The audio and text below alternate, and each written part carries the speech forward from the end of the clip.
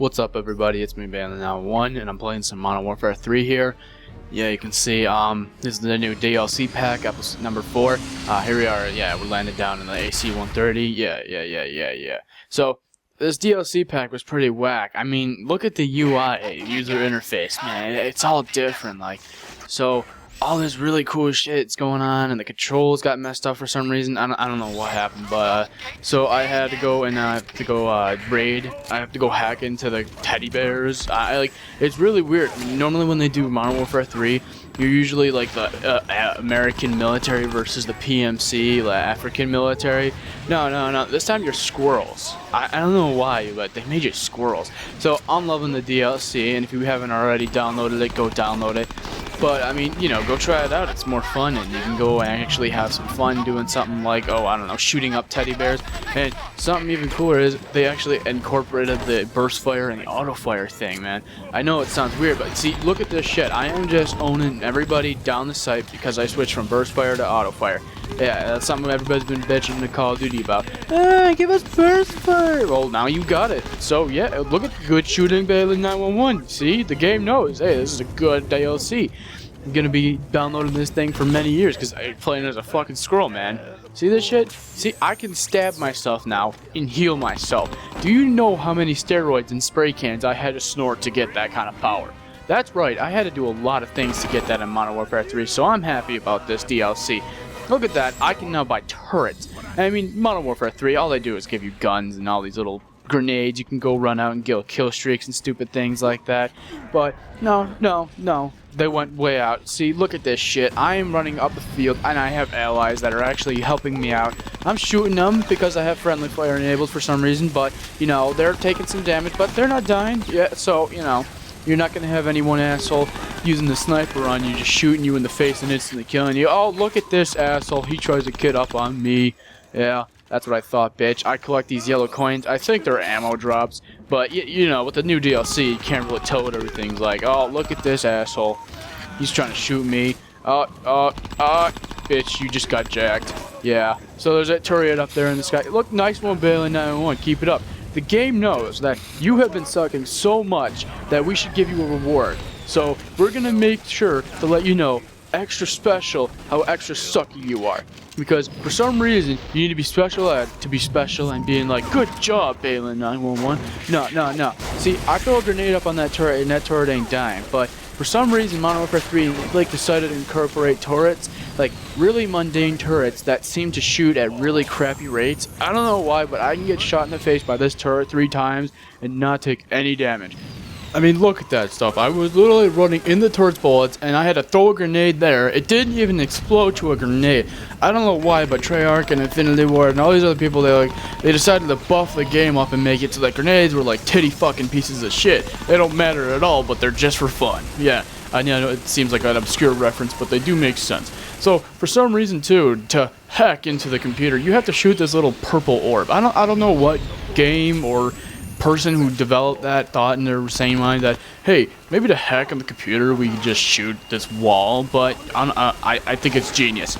It's the best invention ever. I mean, look at the graphics in this game too. They're so much nicer. They're so buffed up. They're all in HD. I know the screen gets a little scrunched up, but that's because of some rendering bullshit that's totally not related to the capture card in the game. But yeah, that's just totally because of my rendering settings. But I mean, you should go try this game out and buy it because it's so badass. Oh man, I died for the first time, guys. So what do? We gotta respawn at the ship. But the respawn menu got changed up, but you get to choose where you can spawn. So it's so badass. God, could you imagine if I was really like that? If only the days of which I could be this asshole who decides to make fake commentary. Commentary? I like gonorrhea. What? Anyway. But yeah, I bought the game Conker's Bad Fur Day Live and Reloaded because I bought an N64 from, that YouTube money, trying to pay back. So the plan was I was going to do a live stream of N64 playing OG Legend of Zelda, Star Fox, Super Smash Bros., and Conker's Bad Fur Day. However, the store did not have Conker's Bad Fur Day, so I got all the other games. And yeah, I've been playing this. I found this for the Xbox, unfortunately, which is just in essence, it's the HD remake, but even though it's for the original Xbox. But I mean, look at the graphics. It's still pretty badass. You play an indie game, probably doesn't have as well graphics on this. I mean, it has the widescreen feature, but it's still pretty badass. So, you know, I encourage people to always go back to retro gaming because it's always a fun thing to do. But guys, that wasn't really the commentary topic. I just wanted to make people really believe that this was a real thing. But so yeah, there's not too much going on. I kind of wanted to give an update, and as well as a really cool idea that we're doing with the Minecraft server.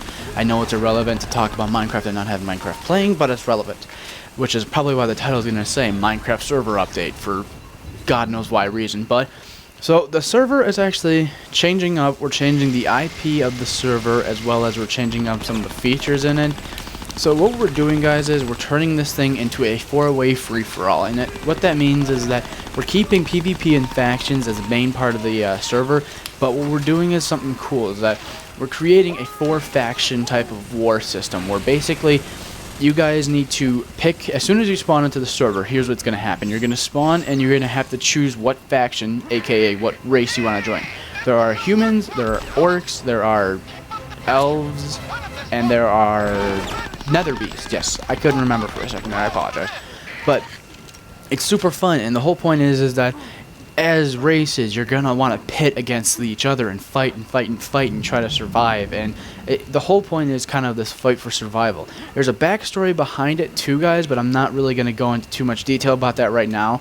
But basically, here's how the chain of events woke up, because there's a story behind this and why this is a server kind of a role play as well as mixed with a really hardcore PvP. So here's kind of the idea. What happened is elves were the first creatures ever to be born on the map we're using, the world. And what happens is that a couple of elves decided to do a ritual to create a monster, much like undead, to work for them, to create armies, because they were afraid, oh, somebody else might make an army, so why don't we do it first? They weren't really bad guys, but they were just not very bright. But so what happens is how elves are orcs are created is they do a ritual with dead elves, and basically they create this whole ritual of, if we have an elf with a really good soul here, this can make us about 5 or 6 orcs, you know, something really crazy like that. Or if we have a corrupt elf, that doesn't even make us an orc, or it makes us 1 orc, you know. The kind of point is that for every elf you kill, you make more orcs. And then what happens is that the elves figure out this is what the orcs are doing. That's how they're killing us, and they're making more orcs to kill us, like, you know, a double whammy. So what happens is that humans actually came into the planet to mine for iron and diamonds. Elves, what they actually hunt for, their main materials they go for, is gold and emeralds, because those have magical properties, you can say. And being that elves told the humans that we're only farming for gold and emerald, you can have all the iron and diamond. So what happened with that is that humans decided, oh, we're going to go in these mines that they have, and we're just going to start mining all this iron and diamond and all, you know, valuable material.